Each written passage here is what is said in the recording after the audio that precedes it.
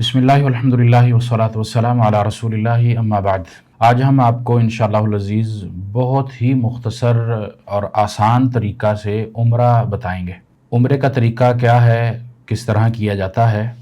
عمرہ کرنے کے لیے سب سے پہلی جو چیز ہمیں ملحوظ خاطر رکھنا پڑتی ہے وہ احرام ہے۔ مرد حضرات کے لیے عمرہ یا حج کے لیے احرام باندھنے میں بہت زیادہ مسئلہ ہم برصغیر والوں کو ہوتا ہے کہ احرام میں تہہ بند کس طرح باندھنی ہے، تو اس کے آج انشاءاللہ بڑے آسان طریقے سے، جس میں چلنے پھرنے میں، بیٹھنے اٹھنے میں کوئی تکلیف محسوس نہیں ہوگی، وہ انشاءاللہ میں آپ ناظرین کے سامنے رکھنا چاہوں گا۔ یہ میرے پاس احرام کی ٹاول والی چادر ہے، تو ہم اس کو کس طرح باندھیں گے۔ عمومی طور پہ ہمارے ہاں لوگوں کو یہ باندھنے کا طریقہ نہیں آتا، الا یہ کہ بزرگ ہیں، دیہاتی لوگ ہیں، وہ اس کو بآسانی باندھ لیتے ہیں۔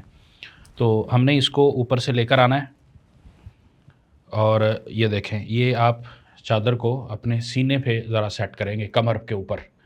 یہ کنارے دونوں میں برابر کر رہا ہوں، یہ دیکھیں، یہ کنارے دونوں برابر، اور اس کے بعد اس کو میں یہ اپنی یہ انگلی شہادت والی اور دوسری یہ میری بڑی درمیان والی انگلی، اس کے ذریعے سے میں اس کو گرپ کرتے ہوئے یہ درمیان میں لے کر آ رہا ہوں۔ یہ درمیان میں یہ جی برابر ہو گیا۔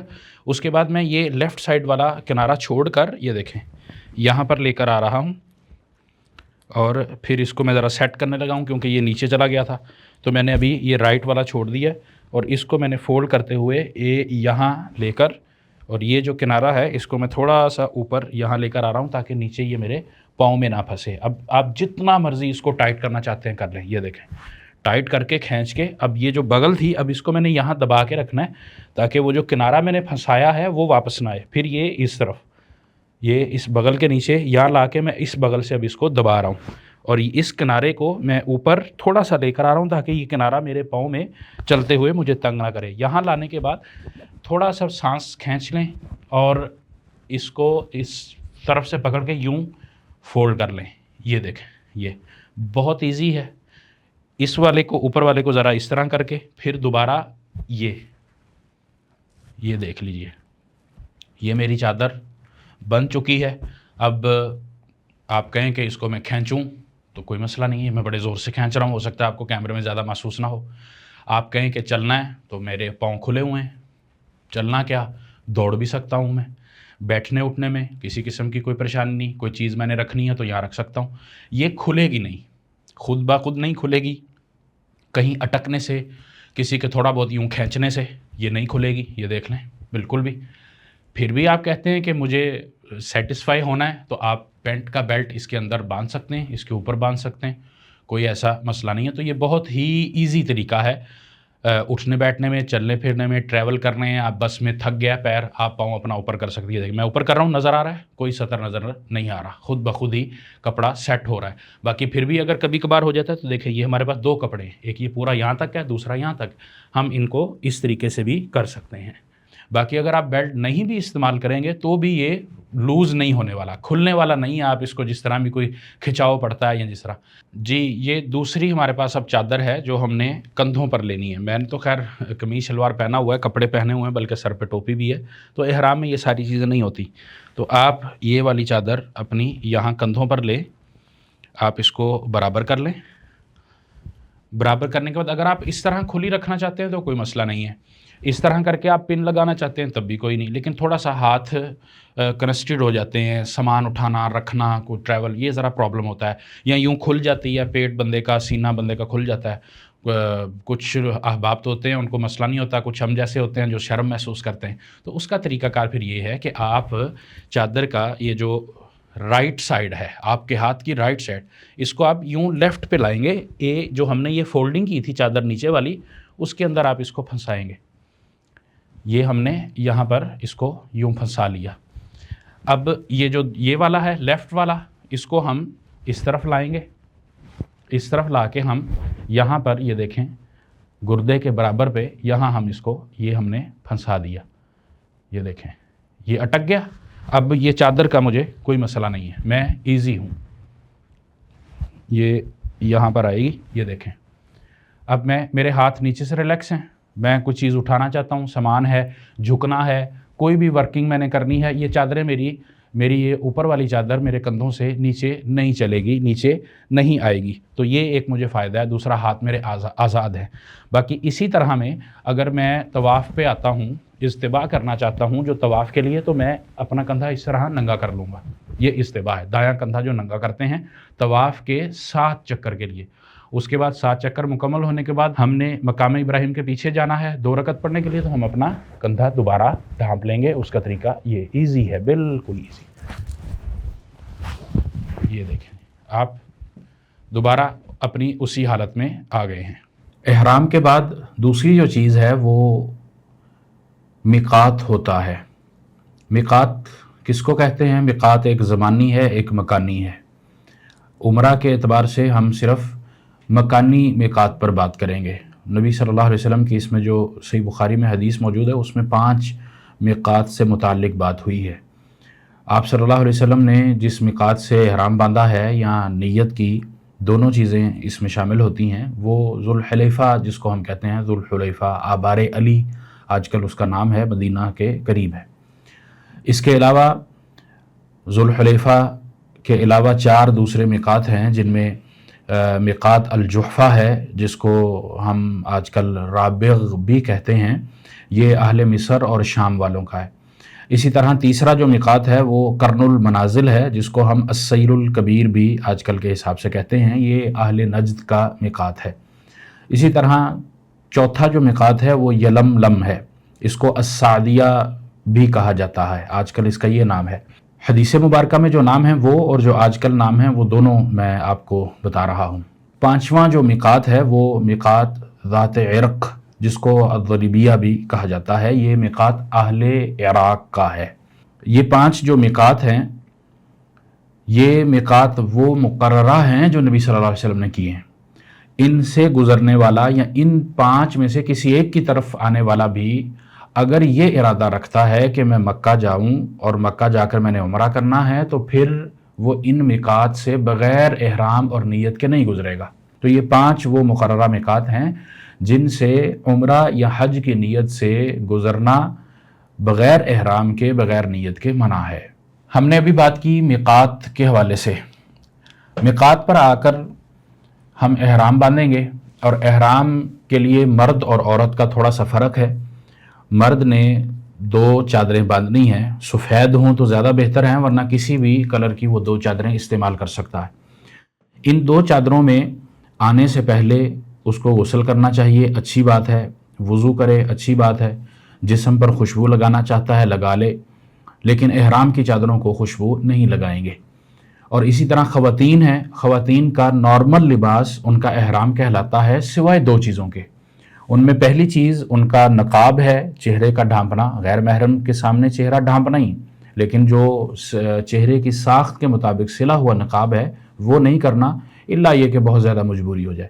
دوسرا گلوز ہیں، جن کو ہم دستانے کہتے ہیں، یہ والے خواتین نے حالت احرام میں نہیں پہننے۔ باقی اس کے علاوہ ان کا نارمل لباس، عبایا، کپڑے یا جو بھی ان کا لباس ہے وہ انہوں نے استعمال کرنا ہے۔ اور اسی طرح سر سے لے کر پاؤں کے ناخن تک خواتین کو پردہ کرنا ہوتا ہے۔ خواتین اور مرد جب حالت احرام میں آئیں گے تو اس کی دعا نبی صلی اللہ علیہ وسلم نے بھی سکھلائی ہے، اور نیت دل کا ارادہ ہے۔ اس میں بہتر طریقہ یہ ہوتا ہے کہ آپ احرام باندھنے کے لیے، نیت کرنے کے لیے مقررہ میقات پر آئیں۔ آپ کو 5 میقات جو ہم نے ذکر کیے ان میں سے کوئی بھی لگتا ہے، ان 5 میں ہم نے اہل مکہ کی بھی بات نہیں کی، وہ انشاءاللہ الگ کریں گے۔ تو یہ جو 5 میقات ہیں، ان میں سے کسی سے بھی آپ گزریں تو وہاں پر آپ احرام باندھیں۔ لیکن آپ چاہتے ہیں کہ میں نے وہاں رکنا نہیں ہے، سٹے نہیں کرنا، بس مرور جس کو کہتے ہیں، چلتے ہوئے میں نے گزرنا ہے، تو پھر آپ اس طرح کریں کہ آپ اپنے گھر سے، ہوٹل سے، وہاں سے آپ لباس احرام کا پہن لیں، اور وہاں سے گزرتے ہوئے پھر آپ نیت کر لیں۔ اس سے قبل آپ نیت نہ کریں، یہ آپ کے لیے مفید ہے۔ اس کی وجہ یہ کہ آپ پھر احرام کی پابندیوں میں اس نیت سے ہی شروع ہو جائیں گے۔ دوسرا اس میں مسئلہ یہ کہ نبی صلی اللہ علیہ وسلم نے میقات مقرر کیے ہیں جہاں سے نیت کرنی، تو اس لیے آپ اس سے قبل نیت نہ کریں، اور نہ ہی کرنا درست بھی ہے۔ اسی طرح احرام کی جو جگہ ہے میقات ہے وہاں احرام باندھ کر آپ جو نیت کریں گے وہ عمرہ کی نیت ہے۔ لبیک اللہم عمرتن کے الفاظ ہیں، اگر ان الفاظ کے ساتھ بندہ دل میں یہ ارادہ کر لے یا دل میں یہ بات کر لے کہ اگر اللہ کی طرف سے مجھے کوئی پرابلم آ گیا تو میں اپنا احرام کھول دوں گا یا کھول دوں گی، اس پر پھر اس کا فدیہ نہیں ہے۔ یا پھر وہ یہ والے الفاظ ادا کر لے جو کہ ہمیں ملتے بھی ہیں کہ وہ اپنی نیت لبیک اللہم عمرتن ان الفاظ کے ساتھ پڑھے اور ساتھ وہ کہے فَإِنْ حَبَسَنِي حَابِسٌ فَمَحَلِّي حَيْثُ حَبَسْتَنِي۔ تو اس کا معنی بھی وہی ہے جو میں نے اس سے پہلے کہا کہ دل میں ارادہ اگر وہ کر لے یا اپنے الفاظ میں بھی یہ کہہ لے کہ اگر اللہ کی طرف سے مجھے کوئی مسئلہ درپیش آ گیا تو میں اپنا احرام کھول سکتا یا سکتی ہوں۔ اگر یہ والا پرابلم ہو یا یہ والی نیت کرتے ہوئے الفاظ پڑھ لیے جائیں یا یہ والا دل کا ارادہ کر لیا جائے تو پھر اس کے بعد احرام کھولنے پر فدیہ یا دم نہیں ہے۔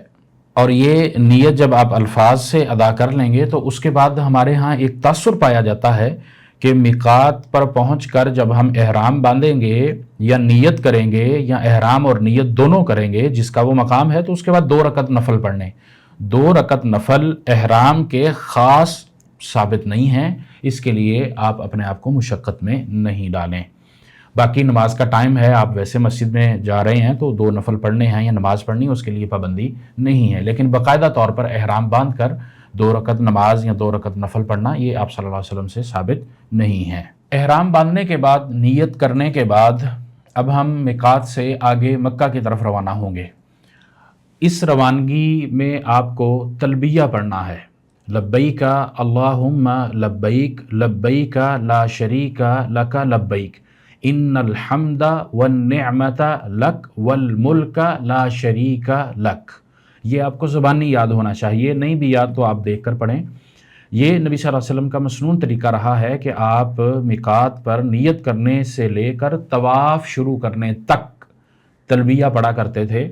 آپ مرد حضرات بآواز بلند پڑھ لیں لیکن اتنا اونچا نہ پڑھیں کہ لوگ تنگ ہوں۔ خواتین اونچی آواز سے نہیں پڑھیں بلکہ وہ آہستہ آواز سے یا اتنی ہلکی آواز سے کہ ان کو اپنے آپ کو سنائی دے، بس اس آواز سے آپ نے یہ تلبیہ پڑھنا ہے، اس کو تلبیہ کہا جاتا ہے۔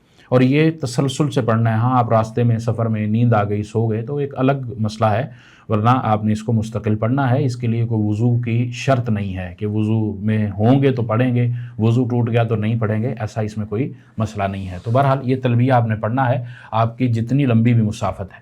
آپ جب مکہ پہنچ جائیں گے، بیت اللہ یا مکہ، تو آپ اگر آرام کرنا چاہتے ہیں تو کر سکتے ہیں۔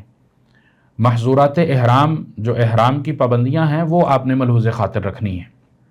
مکہ پہنچنے کے بعد آپ آرام کریں، آرام کرنے کے ساتھ سونا چاہتے ہیں، سستانا چاہتے ہیں، جسم کو آپ آرام دیں، کوئی اس میں پابندی اور حرج نہیں ہے۔ آپ اگر آرام کر لیں گے تو جسم ایکٹیو ہو جائے گا، آپ کی انرجی جو ہے سفر کی وجہ سے جو زائل ہوئی تھی، تھکاوٹ جو ہوئی تھی وہ ختم ہو جائے گی، اور یہ ایک بہتر عمل ہے۔ محظورات احرام کیا ہیں؟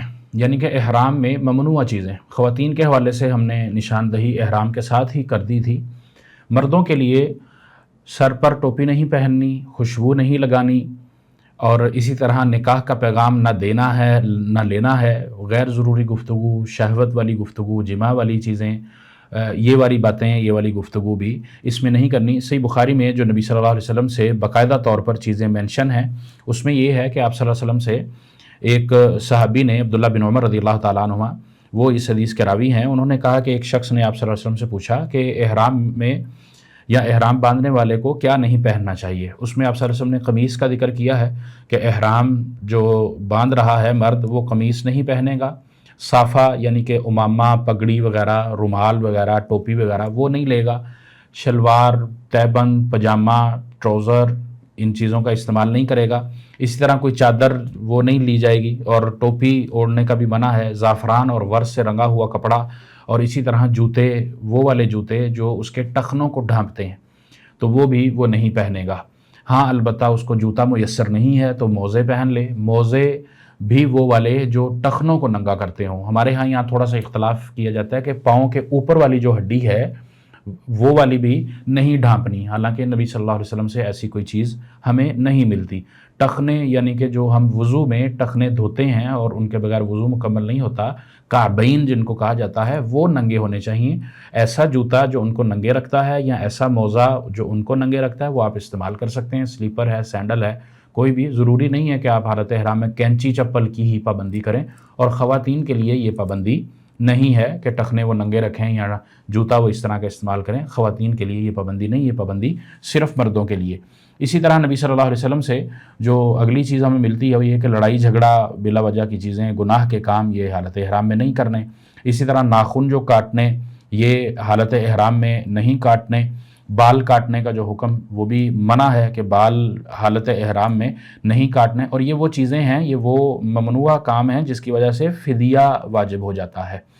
اسی طرح خوشبو لگانا بھی منع ہے۔ اسی طرح چہرے کو ڈھانپنا یہ بھی منع ہے حالت احرام میں مرد کے لیے، عورت کا ہم نے اس کے احرام کے ساتھ بتا دیا ہے۔ اسی طرح محظورات احرام میں یہ چیز بھی شامل ہے کہ آپ حدود حرم میں یا حالت احرام میں آنے کے بعد شکار نہیں کریں گے۔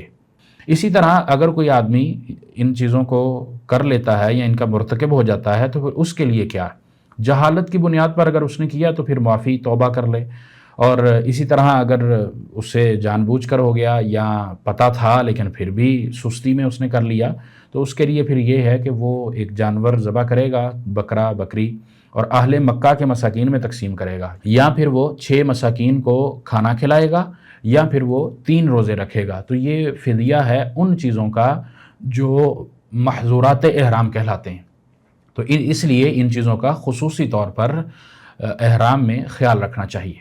احرام پہننے کے بعد جو جائز چیزیں ہیں وہ گھڑی، انگوٹھی، چشمہ یہ آپ استعمال کر سکتے ہیں۔ چھتری، دھوپ کے لیے امبریلا، وہ آپ استعمال کر سکتے ہیں۔ اسی طرح وہ جوتا جو آپ میڈیکیٹڈ استعمال کرنا چاہیں کر لیں، لیکن شرط صرف یہ ہے مردوں کے لیے کہ ٹخنے ننگے ہوں، عورتوں کے لیے یہ شرط بھی نہیں ہے۔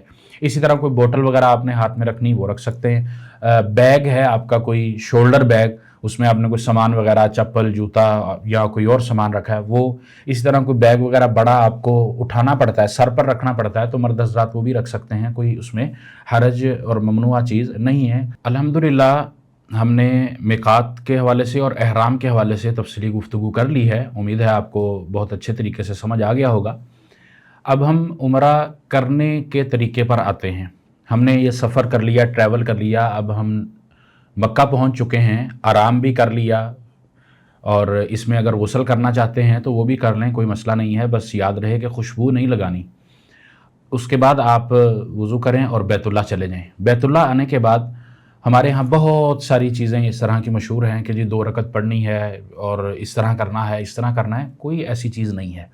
انتہائی سادہ طریقہ ہے اور انتہائی آسان طریقہ ہے، ہم اگر اس کو تھوڑا سا توجہ کے ساتھ سیکھ لیں۔ سب سے پہلا کام طواف ہے۔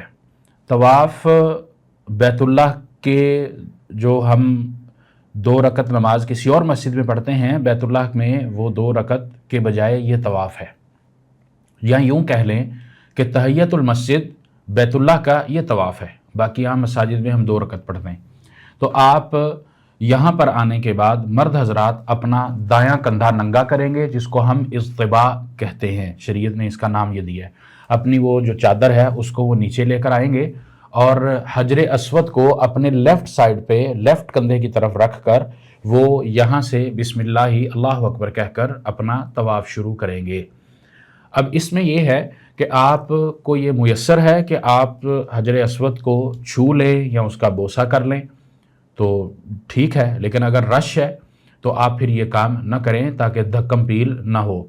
اسی طرح حجر اسود کو جب اشارہ کرنا ہے، اشارہ کرتے ہوئے بسم اللہ اللہ اکبر آپ کہیں گے، مرد عورت دونوں، تو اس کے بعد آپ نے اپنے ہاتھ کو چومنا نہیں ہے، بس بسم اللہ اللہ اکبر آپ کہیں، اتنا کافی ہے۔ اور اگر آپ حجر اسود کو چھو لیتے ہیں، چھوتے ہوئے آپ بسم اللہ اللہ اکبر کہتے ہیں، تو پھر آپ اپنے ہاتھ کو یا چھڑی کو جس نے حجر اسود کو چھو لیا ہو آپ اس کو چوم سکتے ہیں۔ اسی طرح آپ اپنا جب پہلا چکر سٹارٹ کریں گے تو آپ نے حجر اسود سے سٹارٹ کرنا ہے۔ یاد رہے کہ حجر اسود آپ کے لیفٹ کندھے پر ہونا چاہیے۔